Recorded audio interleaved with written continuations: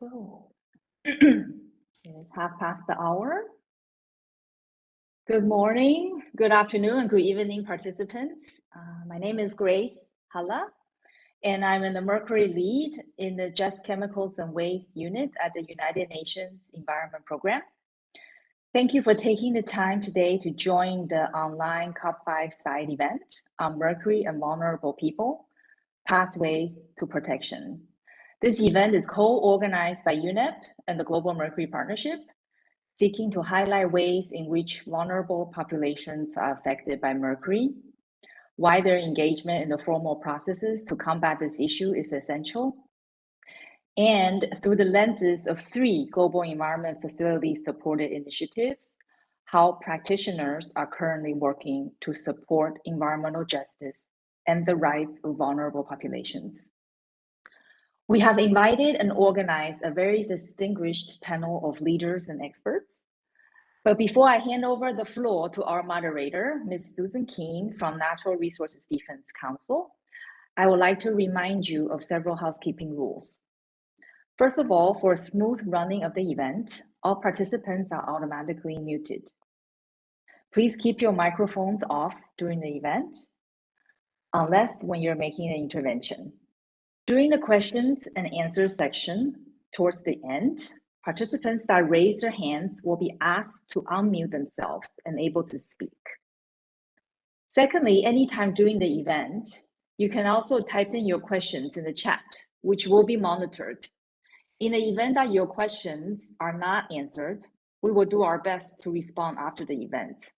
So please do ensure that you include your full name, affiliation, and contact information, and which speaker your questions are addressed to. Lastly, the event will be recorded, and in addition to the video, there will be a short final report with a summary of the outcomes of the event, and also the presentations, all to be published on the Minamata Convention website online events page. So without any further delay, Susan, the floor is now yours. Thank you. Thanks, Grace, for inviting me to moderate this session. First of all, happy Indigenous Peoples Day from here in the US. It's a very appropriate day for holding this session. I'm Susan Keene. As Grace mentioned, I'm the Global Coordinator for the Planet Gold Program, and I work for a US-based NGO called the Natural Resources Defense Council. I just want to set the scene for this event. Probably most of the people on this call are very familiar with the history of the Minamata Convention and its negotiation. It was negotiated in response to the very widespread, ubiquitous danger posed to human health and the environment by mercury among many populations across the globe. But we also know that certain human populations are particularly vulnerable to mercury impacts.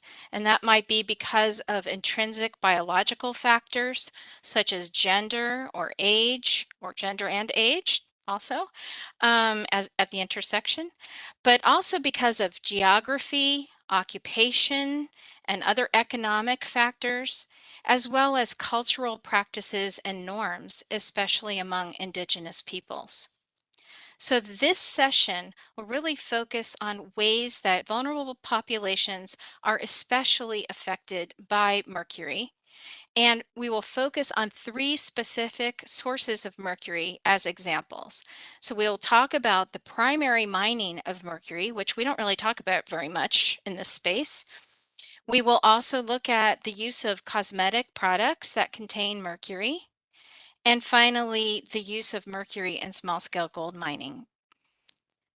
So this session, as Grace mentioned, will also cover various initiatives such as the Planet Gold program, but also the skin lightening products and and primary mining projects in Mexico. And those projects are working not only to reduce exposure to mercury, but also do it in a way that respects and recognizes the rights of vulnerable populations. Next slide, please. So we will, this is the session program. We will have a panel discussion as the bulk of the event. And then we'll have a very brief stock taking and opportunity, I hope, for Q&A at the end of the session. I do want to mention that because of the large number of events that are occurring this week as side events to the Minamata Convention, we will be strictly observing the time limit. So I hope we have time for questions. As Grace said, if you have questions, please also put them in the chat and we'll try to answer them after the event if we don't get to them during the event. Next slide, please. So we have 4 speakers. We will start with Kirsten Dales, who is a mining expert who specializes in gender and child labor issues in relation to small-scale mining and works on several projects on small-scale mining with the UNDP, with the World Bank, and many others. We will also hear from Bhavna Shomasundar, who works at Occidental College in California, and her work in part focuses on working with disadvantaged communities who are using skin lightening products. And she's working with one of the UNEP-funded programs. We will also hear from Luis Cifuentes, who is the Director of Contaminants, Substances, Waste, and Biosafety Research at the National Institute of Ecology and Climate Change in Mexico. And he will also introduce a video featuring Jaime Moran and Maria Bartola, who are mining leaders who operate primary mercury mines in Mexico.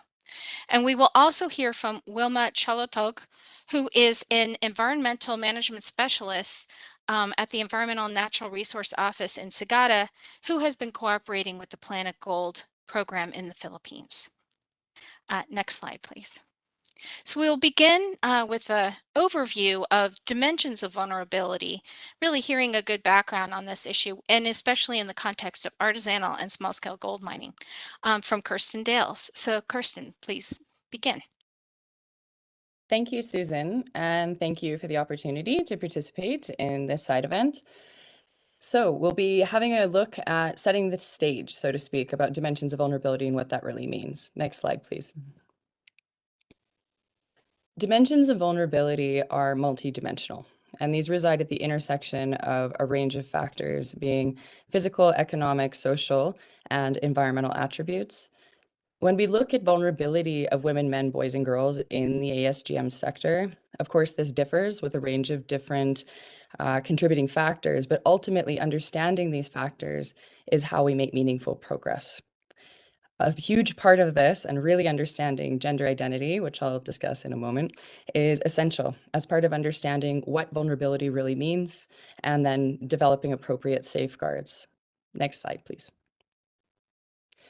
So, here is a woman in East Africa who is completely reliant on the ASGM sector. It's changed her life for the positive, but not without her own challenges. So when we really understand and looking at designing interventions and projects, we understand that at the global level, women constitute 30% of the ASGM sector worldwide, but again, that varies significantly across different regions of the world. Highest being in Africa, followed by Latin America and the Caribbean, and then to a lesser extent, Asia. However, not so in Mongolia, as we'll understand. So it's very difficult to make broad generalizations about the sector. So to understand vulnerability, we need to think about gender as a socio-cultural norm, and because it can be changed through socialization processes, that means that policies that can be informed by gender-based assessments really can address root causes of vulnerability. Investigating these identity factors is essential in ASGM, and in the last few years, there's been significant focus of research institutes, policy think tanks in trying to understand these issues. So understanding these and gender-based risks can help develop mitigation measures and ideally identify the best available opportunities for empowering and protecting vulnerable groups. Next slide, please. Again, here, cross-section across different parts of East Africa. When we think about vulnerability of each of these actors in mineral supply chains, it's extremely variable. Originally, of course, the Minamata Convention focuses on physiological vulnerabilities and exposure to mercury for women, pregnant women, women of childbearing age alongside children. But what we understand when we talk about vulnerability is this, again, is an intersection of multiple factors, not just roles in a supply chain. Next slide, please. And again, when we talk about sustainability in the ASGM sector, as well as looking at interventions from Planet Gold, is the importance of formalization and inclusion of different vulnerable populations, be that women or Indigenous populations, is extremely important. What we can see here is in the photo are palaqueras of Peru, which are one of the most positive examples of how a formalization policy that actually excluded women in the mineral supply chain. Paliqueras are, they process waste, is a precedent that ultimately changed law and is influencing surrounding countries within Latin America and the Caribbean region. But understanding their vulnerability then informed a way forward and a strategy. Next slide, please. Again, when we think about vulnerability, this is a young man from Tanzania, Western Tanzania. He unfortunately lost his life in artisanal and small-scale mining in the Gator region because his story was one of exploitation. He started as a mercury trader. He eventually has significant mercury poisoning. He couldn't write, he couldn't read.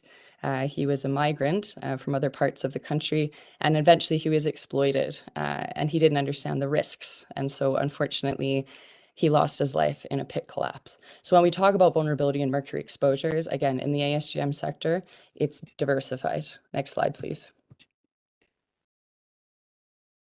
Talking about Indigenous populations, which are focused on significantly in terms of displacement or other issues with the ASGM sector, while we do have examples of this, there are significantly more negative examples coming from large-scale gold mining operations.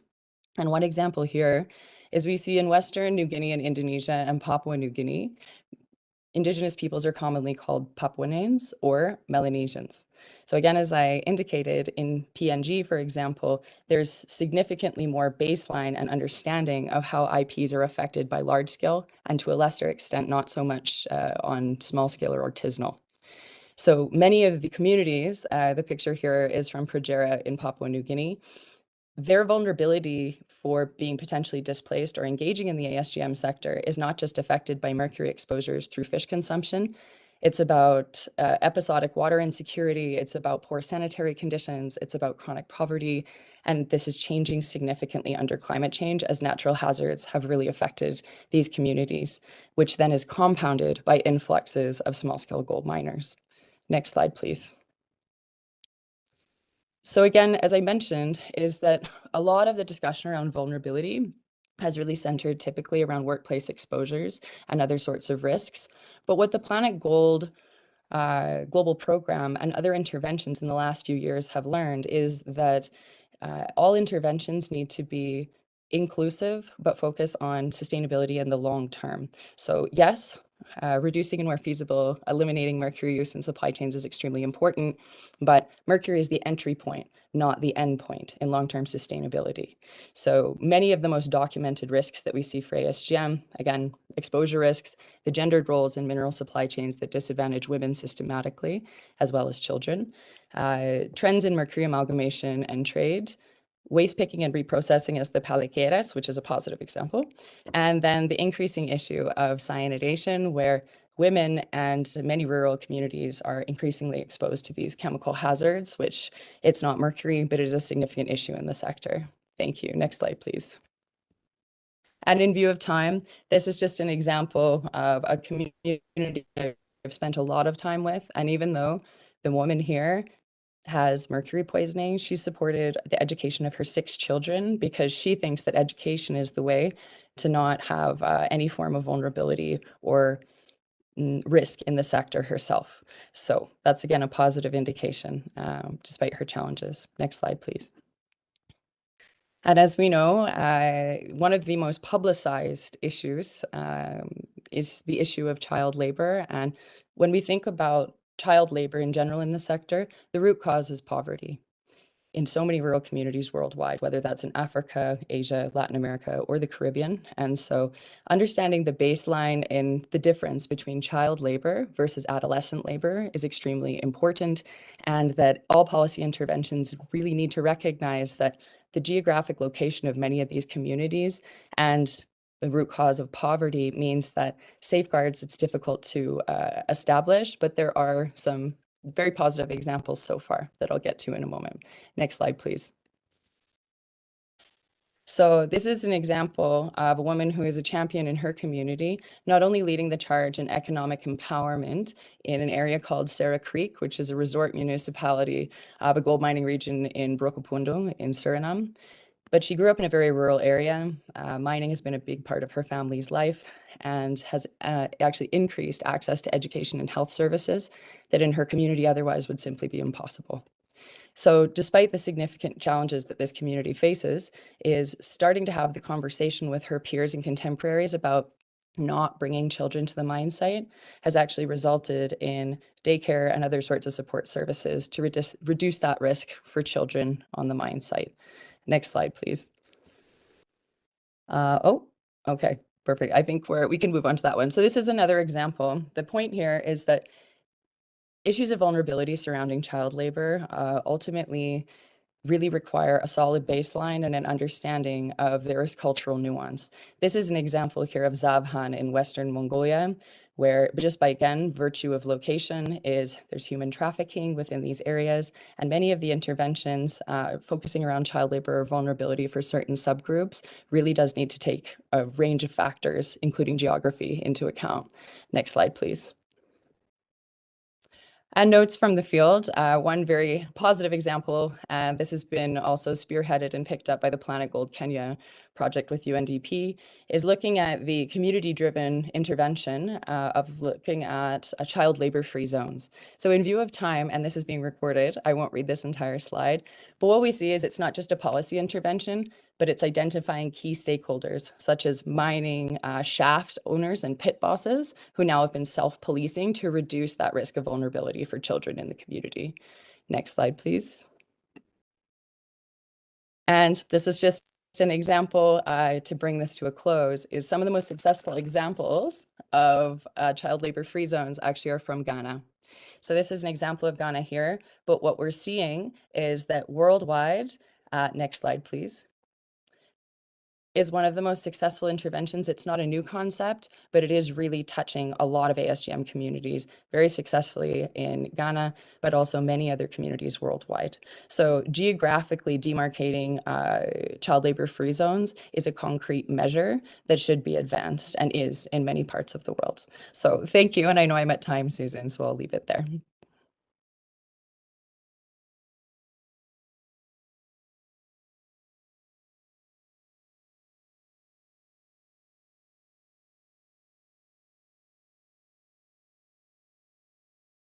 You're muted.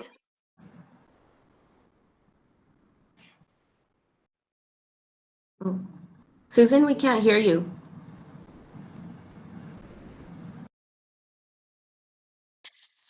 Thank you. Sorry for that. Thanks, Kirsten, for that great wide-ranging presentation.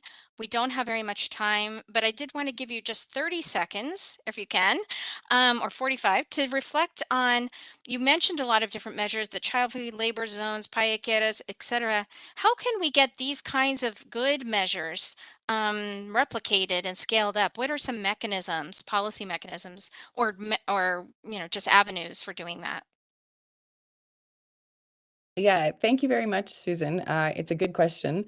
I think, as I alluded to before, is enhanced information to support evidence-based decision making, but also there are many compendiums that exist of looking at positive test cases, but often, occasionally these are buried in sometimes very large documents. So I think in terms of capacity building and having sharing and focusing specifically on the topic of vulnerable populations, creating a safe space for this is extremely important because of the sensitive nature of certain definitions, indigeneity, certain challenges, but that I really think that the Minamata Convention actually can provide a policy platform for engaging and sustaining discussion on this dialogue. So perhaps looking at some of these interventions and creating a training program that governments would be able to participate in would be a clear way forward. That's a great suggestion. And, after my own heart, knowledge sharing and case study sharing with the appropriate policymakers. Thank you, Kirsten, very much. Next slide, please. And next speaker. So our next speaker is Bhavna Shamasundar, who I mentioned is from Occidental College in California in the United States. So Bhavna, please go ahead. Hi, everyone. Can you hear me? Yes. Okay, great. Thank you for the space to talk about this important issue. I'm going to speak about race and global markets and the skin bleaching products that are available. And this is an area that I'm really excited is at the forefront of the work of the Minamata Convention, because it is a looming and kind of persistent market that, though we have tried to combat exposure to mercury in lots of ways. Next slide.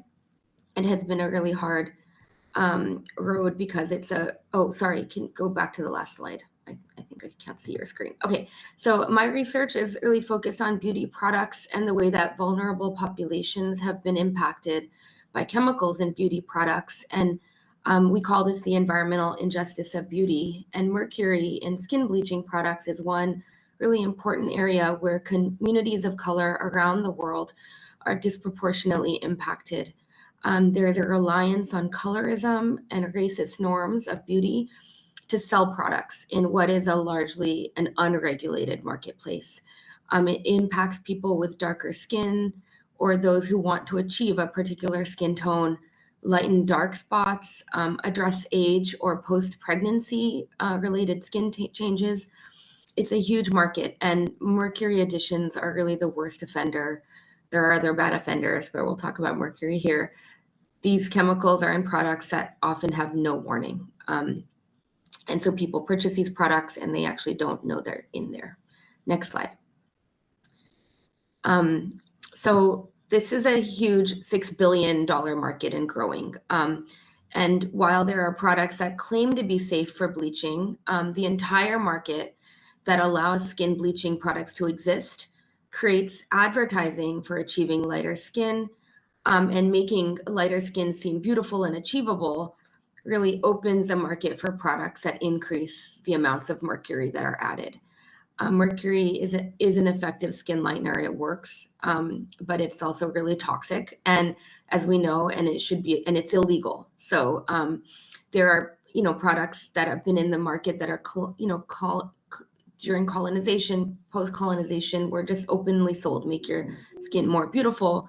Now those messages are often less direct, but still indirect, and show these before and after photos. And so people often, our questions, next slide, our questions in our study, which was funded by the National Science Foundation, and we're really wrapping it up, we're looking at women who live in the United States.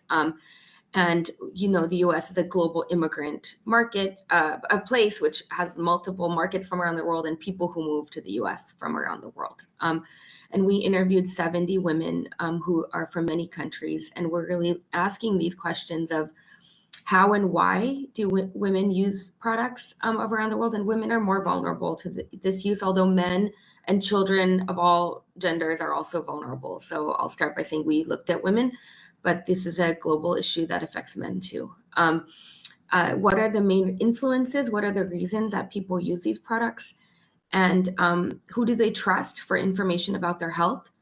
And we used a grassroots strategy working with community groups and community groups that provide services to new immigrants to recruit our participants. And we're looking at who do people trust, which is a really important question that I think the Minamata Convention is also trying to understand. How do you get these products out? So next slide.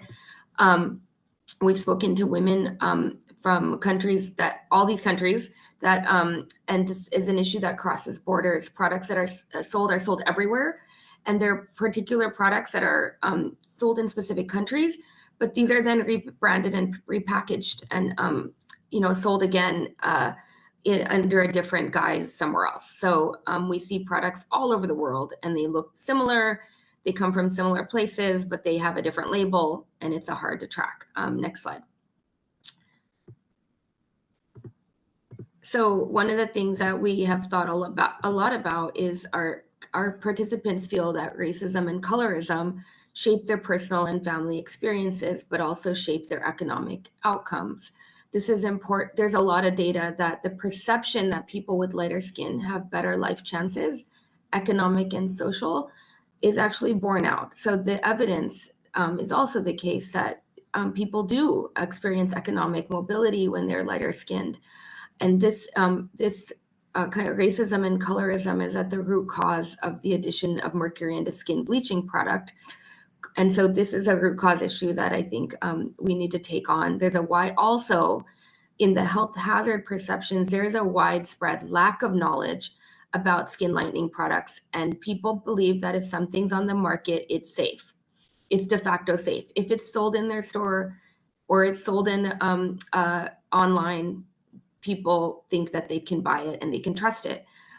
People also trust their own networks, their family, their friends, far more than they trust public health departments and governments. And so it's really critical that messages around skin lightening products are community-based, and we think about bottom-up strategies in addition to holding manufacturers accountable in what is a huge neoliberal, unregulated marketplace. Next slide.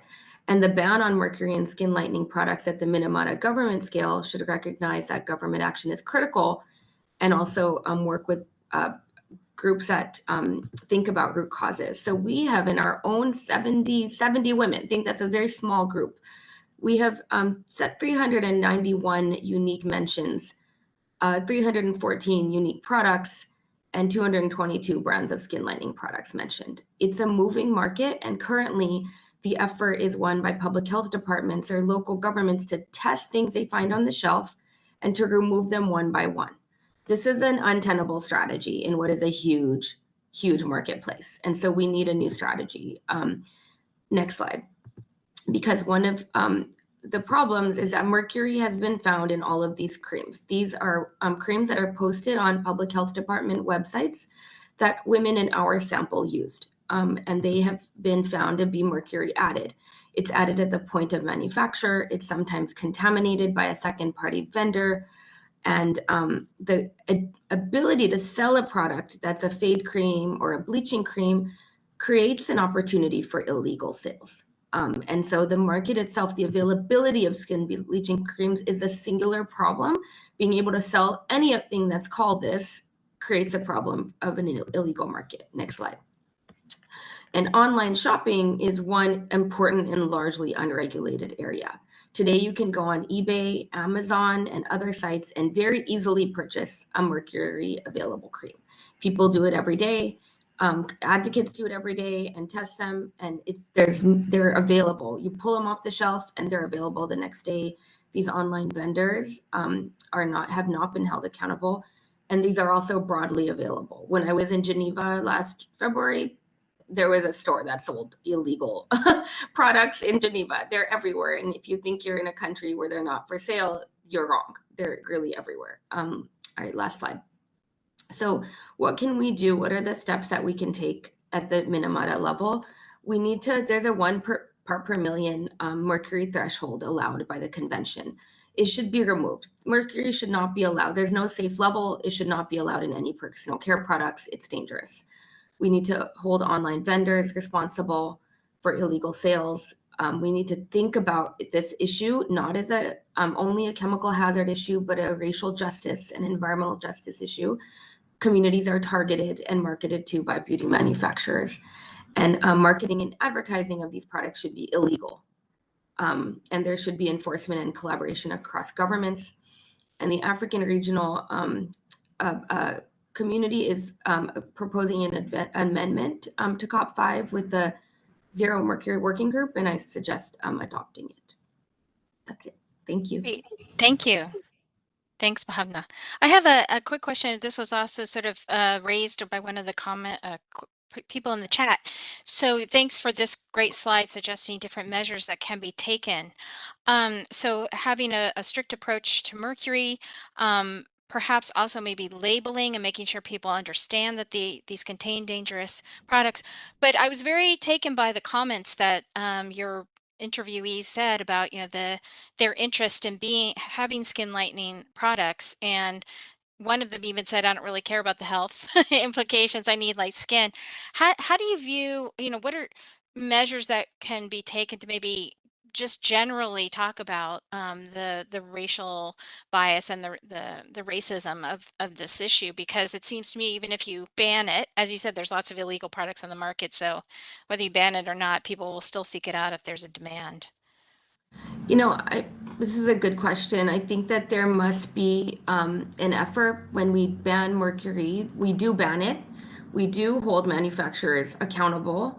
But we also, I think, partnering with racial justice groups that have really good messaging on this issue, that this can't be only addressed as a chemical policy problem, because its root cause is not chemical policy. I mean, part of it is, but making a racial justice framework, and also that people don't understand that mercury is toxic. I mean, they don't. And so labels on products would be really a much better. Almost everything you can find mercury in does not say mercury on the label. It's just not there. So we have to back test it in labs. It's super expensive. And that creates a really big problem. So we need to think systemically about this market rather than, product by product, because there's no way we can get there if we do take that approach. Thanks. That's a really interesting answer. Thank you. And I did want to point everyone to the chat where there's a link to the skin lightening session, specific skin lightening session on Thursday. So I invite you to attend that side event as well for more information on this topic. Thanks so much, Bhavna. I really appreciate it. So next slide, please, and next presenter. We have Luis Cifuentes. Luis is, as I mentioned, is from the National Institute of Ecology and Climate Change in Mexico, and working on the issue of primary mercury mining in Mexico. So Luis, please go ahead. Thank you very much, Susan. It's an honor for me to be here today to talk about the GET project called Reducing the Global Risk by Primary Mercury Mining, which is implemented by the Ministry of Environment of Mexico through the National Institute of Ecology and Climate Change. Next slide, please. I would like to start my participation explaining the context of the situation surrounding the mercury in Mexico. While it has been identified globally that the artisanal gold mining is the primary source of mercury emissions, in Mexico, artisanal mining mercury accounts 74% of the country emissions for the country's emissions. Next slide, please. Approximately 101 tons of this metal are related into the environmental from this activity, and these emissions are originated only in 4 municipalities in Mexico, which are located at the Sierra Gorda territory. These emissions are emitted from 19 mines, and in all these communities that surround the mines have different social realities and contexts, making it very complex to assess the situation in each of them. Each of them lives with different political conditions, social acceptation, natural resources, health risk, and other things that are very different among the miners. Despite the varying social condition, next slide, please. All these communities share one characteristic. That is that the extraction is very, very artisanal. This activity lacks the necessary conditions to ensure health of miners, their family, and their communities. The furnaces that are used to extract this metal from cinnabar are artisanal and do not protect people from vapor generated during the process. Additionally, there is no proper way to handle the waste generated during the calcination, leading to environmental contamination. And it's a concern because the pollution is in a part of the Mexican territory that it is a biosphere reserve, and it is a natural protected area, which focus on the conservation of the unique ecosystem in the territory. Next slide, please. Furthermore, artisanal miners do not have mercury decontamination programs, which result in the transport of this metal to their home, exposing not only the miners, but also their families and their communities. Imagine a father who works in the mercury extraction that needs to get back to his home, and when he arrives, their contaminated clothing or tools are exposed to their kids and their family, making this a problem from all the community. Next slide, please. It is important to point for me that most of the miners do not desire this kind of life. Given the risk of mercury exposure and inherent dangers of mining, such as collapses, lack of ventilation, hard working, they work at least 12 hours per day. So this is not a voluntary activity, but it comes from a long tradition that has been practiced since pre-Hispanic time in Mexico and is deeply rooted in the family traditions. Therefore, in the community, there is feelings of fear, uncertainty, nervousness, and distrust toward engaging in other activities that makes these communities highly vulnerable and exposed to conditions that are very difficult to understand from an external perspective.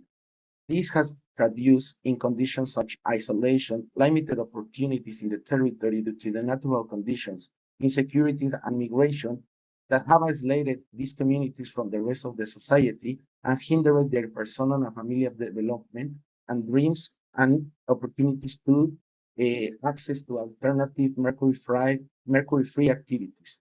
Next slide, please. Based on these backgrounds, the GEF project titled Reducing Global Environmental Risk Through the Monitoring and Development Alternative Livelihoods for the Primary Mercury Mining Sector in Mexico was born.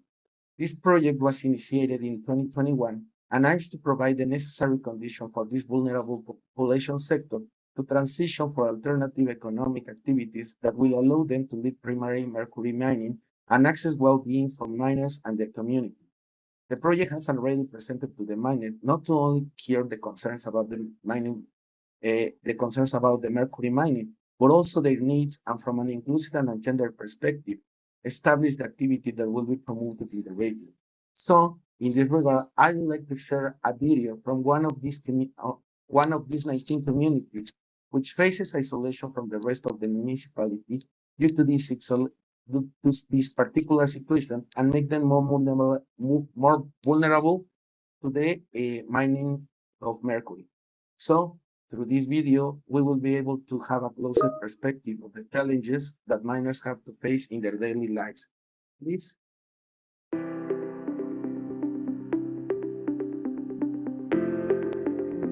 Mi nombre es María Bartola Yáñez Ávila. Vivo en la comunidad de Bucareli, quien cuenta con una mina de mercurio. Mire, los mineros pues toda su vida se han dedicado pues al trabajo en la minería. Entonces pues ellos no saben ahorita en qué van a emplear su tiempo cuando ya no esté la minería.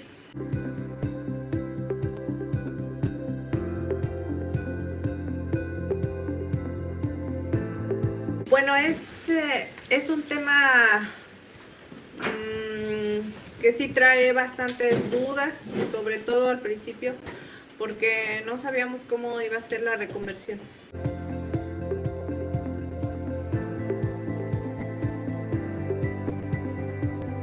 Pues lo único que sí están preocupados es de si sí se les va a dar el recurso o las posibilidades de poder hacer de poder dedicarse a otra cosa.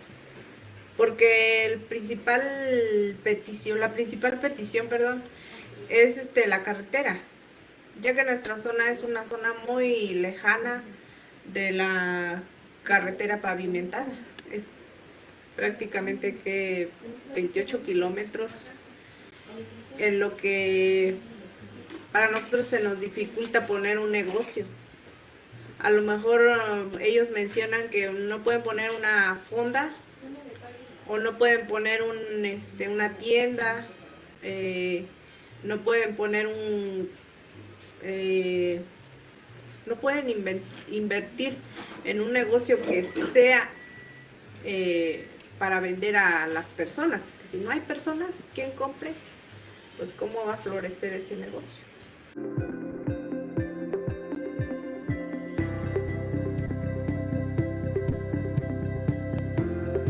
Pues en primera, pedirle a mis compañeros mineros, amigos también de otras zonas, pues que realmente, pues sí, es algo que contamina y es algo donde tenemos que retirarnos en su momento. En el tema de salud estamos mal totalmente en el municipio porque no tenemos doctores especialistas como como un ginecólogo, como un pediatra, como un médico internista. Sobre educación, pues sí se necesita más apoyo a a la educación, más apoyo a los padres de familia y inculcarle a nuestros hijos pues que sigan estudiando. Si nos apoyan en cuestión de turismo, a lo mejor hacer un restaurante, X cosa. Pero hay algo importantísimo que yo les tengo que decir.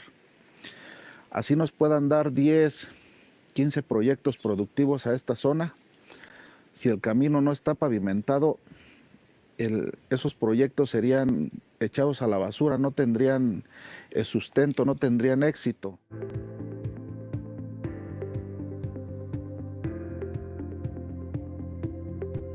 La verdad quisieran todos seguir en la minería, la mayoría, pero pues también estamos conscientes en que tenemos que hacer un cambio y esperemos que ese cambio tenga éxito.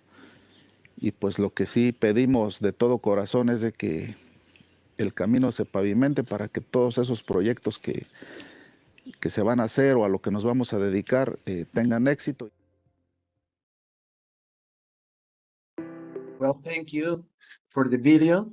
Next slide, please. Then, after listening these testimonies, it is important to emphasize that there is hope. Hope that that through the implementation of this project, these communities can begin their challenging journey toward economic transitions and transformation. This is why the social component of this project aims to overcome all these adversities by creating suitable environmentals for the development of these new productive activities, which will be implemented through the dialogue and, very important, active listening of the community necessities. It is important to point that as far as 2 of the 4 municipalities are located in a national protected area, the activities must be environmentally responsible and must follow the Mexican law to assure the preservation of the biosphere reserve.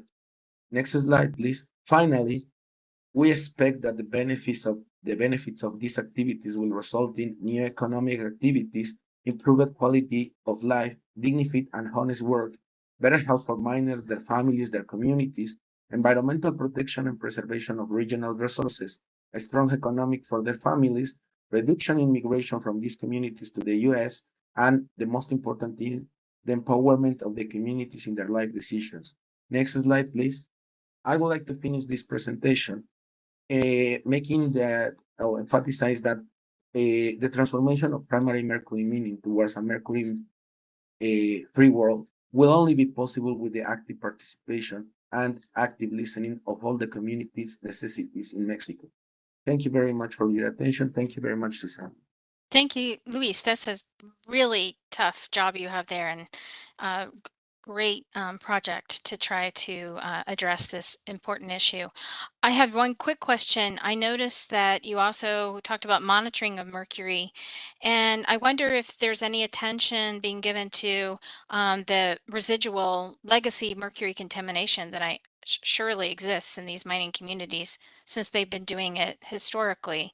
Will the project also address ways to try to deal with some of this legacy contamination in these areas?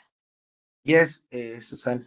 The project has a first part which is focused in the cleaning of the areas, but it is a huge work because since this activity has been done from I don't know 100 years or more, there is a huge contamination in the area.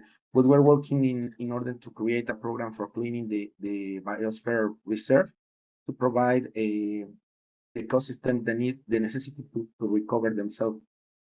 Great.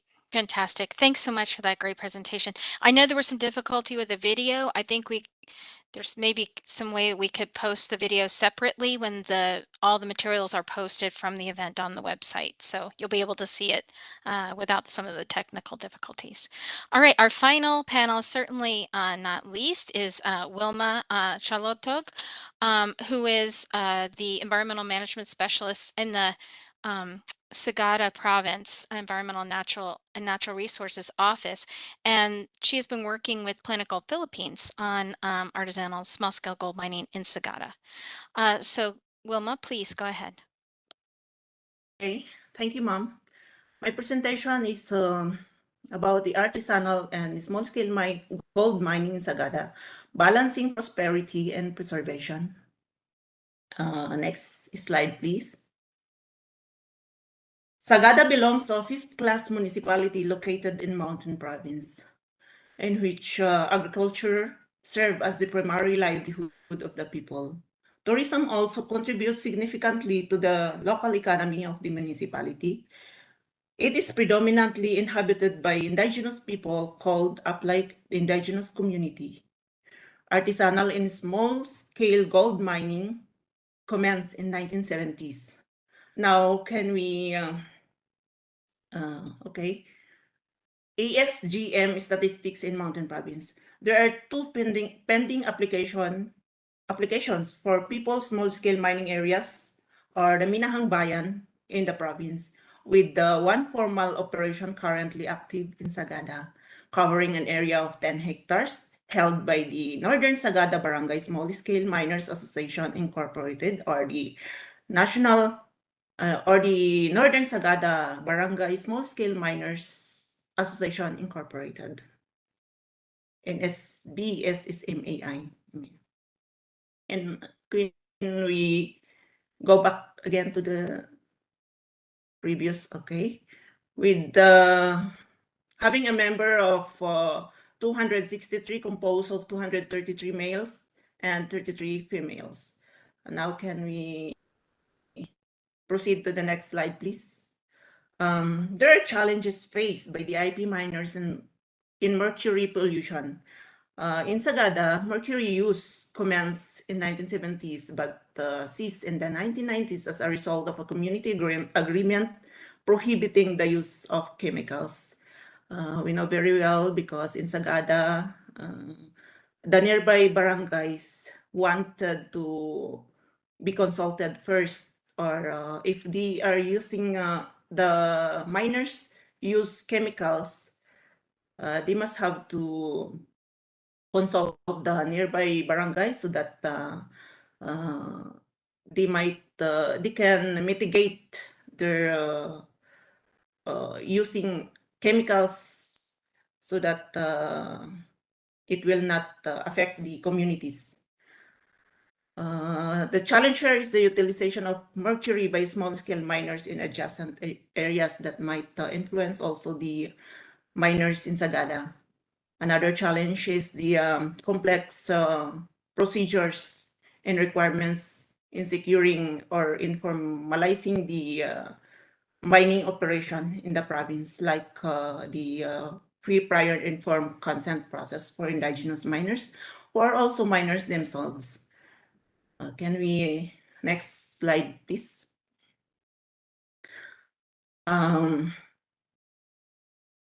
What are the strategies and approaches in mitigating risk of mercury pollution for indigenous miners? In the provincial government of Mountain Province, we operationalize the Provincial Mining Regulatory Board that aims to regulate the operation and address all issues and concerns related to small-scale mining. Another strategy of the Provincial Mining Regulatory Board is to legalize the operation of the miners to, of course, mitigate this mitigate the risk of the or the impact of the mining operations using chemicals, and to ensure the miners to be safe. And if they are already legalized, linkage to to other funding agencies like Planet Gold Philippines to conduct. They conducted. Can you go to the video clip on the next slide, please?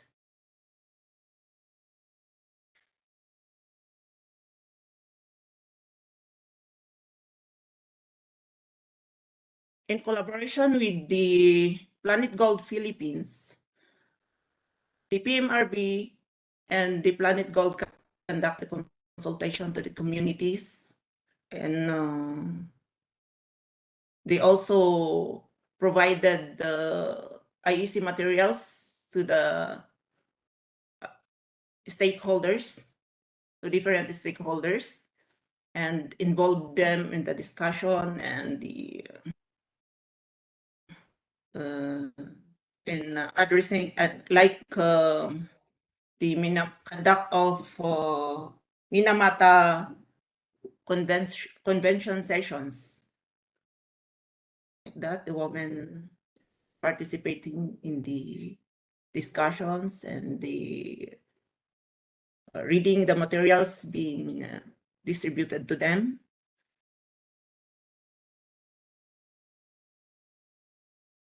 Okay, can we go again? Yes.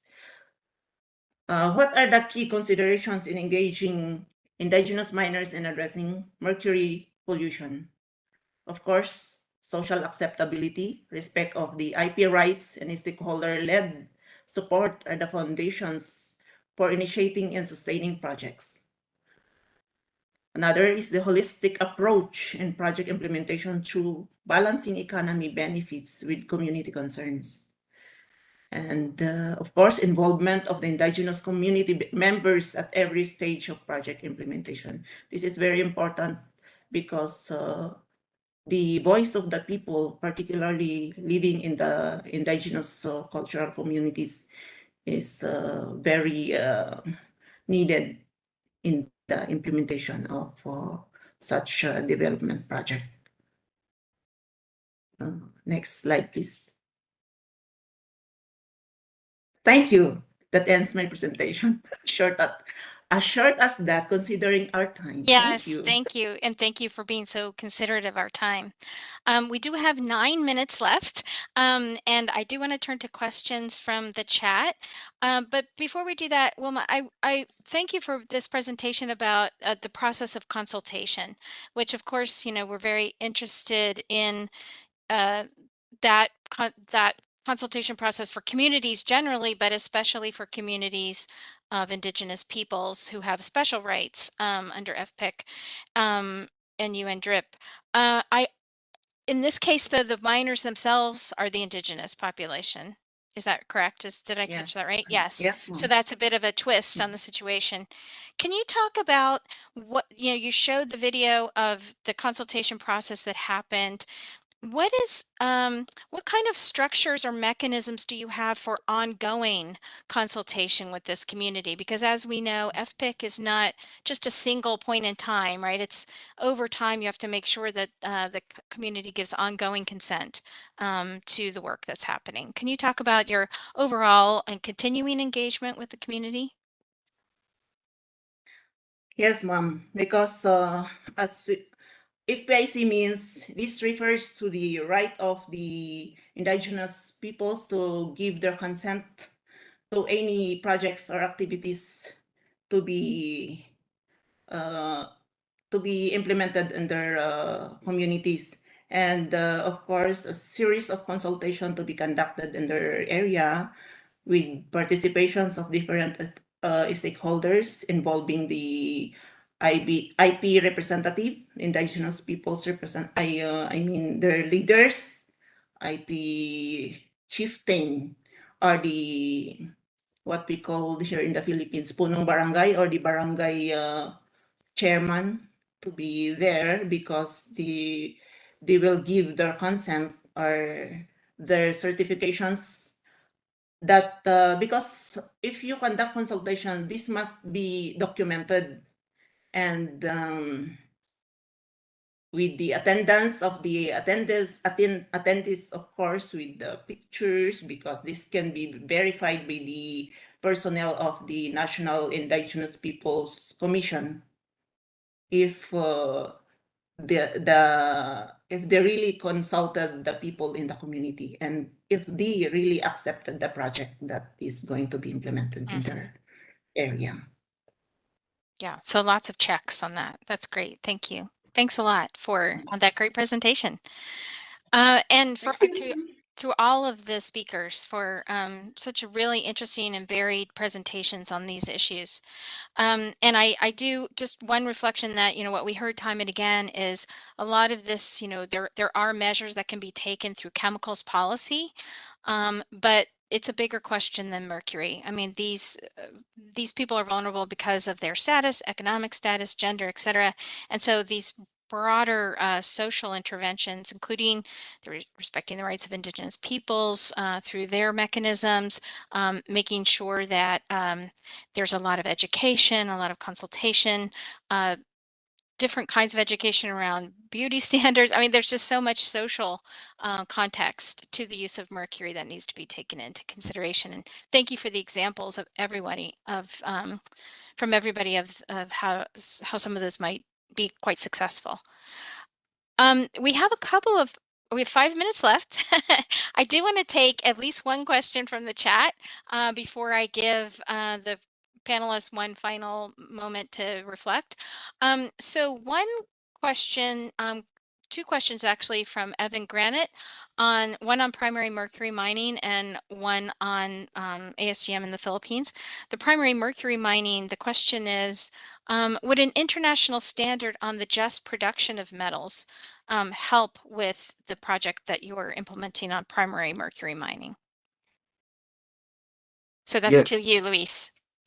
Yes, I believe that it is not in line with which Mexican government is trying to do, because we are trying to stop the primary mining of mercury, not to make a better condition for the community. So our efforts are focused on stop the mining and transitate to other economic alternatives. So I believe that even if the better practices could be done, our final goal is to stop the mining. So that will be my answer. So in your case, different standards wouldn't really help because you're actually trying to get them to move away wholly from mercury mining and stop mining completely. Yeah, thank you for that. And the other question from Evan is for Wilma about, is there a way to financially incentivize the cleanup of mercury contamination from the past and maybe from other areas where mercury is still used through the recovery of valuable metals? I think Evan, you're referring to maybe that there's still gold in the tailings or in the waste products that could be recovered at the same time as the mercury. Are you looking at that, Wilma, at all? Is that part of the project you're looking on, is waste management and maybe recovery of the gold and mercury from waste materials?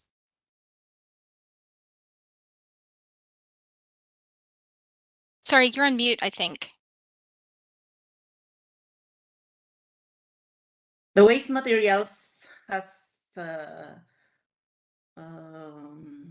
must be managed properly because it is required by the People's Small Scale Mining Act in the Philippines, and it must be, if they wanted to extract other because the tailings or waste, it has also another minerals that it has content of other minerals, and some miners in other areas wanted to sell that to those who wanted to process, but they must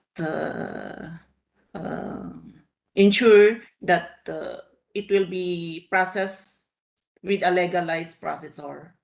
And another plan for the waste, so that it will not contaminate the rivers as a source of irrigation for the rice field, considering that most of the source of livelihood of the people here in Sagada is agriculture. They will just backfill on the where they extracted tailings.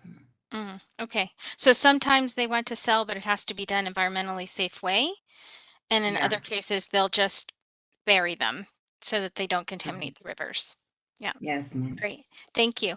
I'm afraid we only have 1 minute left. There were a couple of other comments and information provided in the chat. So I do suggest that all participants, please have a look at all the information and discussion going on in the chat.